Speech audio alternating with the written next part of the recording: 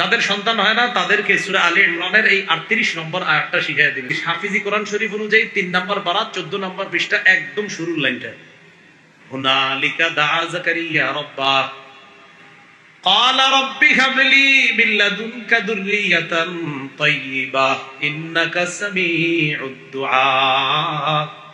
রব্বি হাবলি থেকে দোয়াটা করবেন, রব্বি হাবলি মিন লাদুনকা যুররিয়াতান তাইয়্যিবাহ, রব আমাকে আপনার পক্ষ থেকে একজন পবিত্র সন্তান দিয়ে দেন। আপনি দোয়া শ্রবণ করেন। যাদের সন্তান হয় না তারা আল্লাহর কাছে তাহাজ্জুদের নামাজের সময় কান্না করেন।